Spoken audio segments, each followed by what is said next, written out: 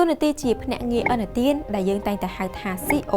គឺពិតជាដើរតួនាទីយ៉ាងសំខាន់ណាស់នៅក្នុងការរៀបចំកម្ចីជូនអតិថិជនគ្រប់រូបនៅគ្រប់តំបន់ទាំងអស់ហើយតួនាទីមួយនេះផងដែរគឺបានជួយទៅកាន់ម្ចាស់អាជីវកម្មឲ្យបានពង្រីកមុខរបរបង្កើតមុខរបរថ្មី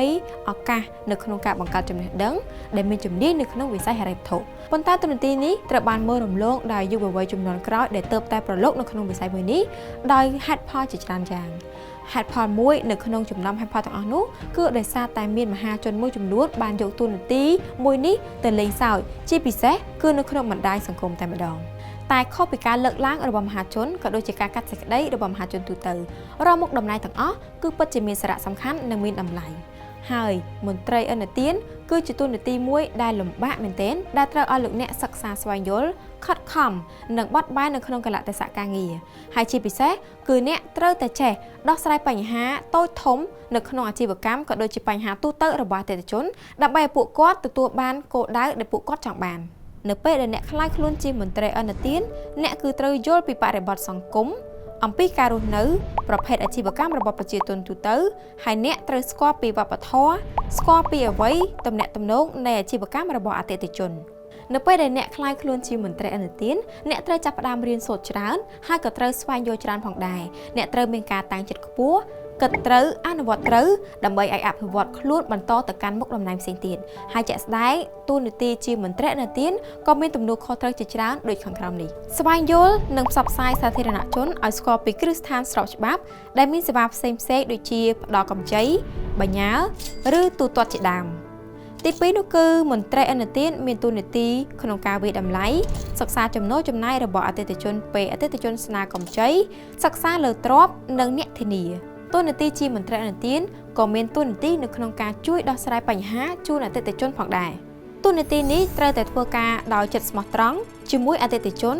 ដោយធ្វើយ៉ាងណាជួយឲ្យអតិថិជនអាចមានឱកាសពង្រីកមុខរបរអាជីវកម្មរបស់ពួកគាត់ហើយអ្នកក៏ត្រូវគិតគូរផងដែរពីហានិភ័យរបស់អតិថិជនអាចនឹងជួបបន្ទាប់ពីពួកគាត់ទទួលបានកម្ចីដូចនេះអ្នកត្រូវតែជជែកប្រឹក្សាយោបល់ជាមួយអតិថិជនផ្ដល់ជាដំណោះស្រាយដើម្បីឲ្យអតិថិជនអាចរៀបចំអាជីវកម្មឲ្យដំណើរការកាន់តែប្រសើរថែមទៀតជាការពិតណាស់តួនាទីជាមន្ត្រីអនុទានមិនត្រឹមតែជាអ្នកដើរប្រឹក្សាយោបល់ឬក៏តួនាទីនៅក្នុងការដោះស្រាយបញ្ហាប៉ុណ្ណោះទេក៏ប៉ុន្តែពួកគាត់ក៏មានតួនាទីនៅក្នុងការប្រមូលទុនត្រឡប់មកវិញឬពេលដែលអតិថិជនបង់សងត្រឡប់ផងដែរប្រសិនបើអតិថិជនប្រើប្រាស់កម្ចីមិនចំគោលដៅមន្ត្រីអនុទានក៏មានតួនាទីនៅក្នុងការប្រឈមមុខបញ្ហានៅពេលដែលអតិថិជនបង់សងត្រឡប់មកវិញមានភាពយឺតយ៉ាវឬក៏គ្មានលទ្ធភាពនៅក្នុងការបង់សងត្រឡប់ជាដើមរីឯលក្ខខណ្ឌដើម្បីអាចធ្វើជាមន្ត្រីអនុទានបានគឺលោកអ្នកត្រូវតែរៀនចប់នៅសាកលវិទ្យាល័យមានជំនាញចរចាជំនាញទន់ជាពិសេសនោះគឺជំនាញដោះស្រាយបញ្ហាជូនអតិថិជនផ្នែកហិរញ្ញវត្ថុដូច្នេះមានន័យថាតួនាទីជាមន្ត្រីអនុទាន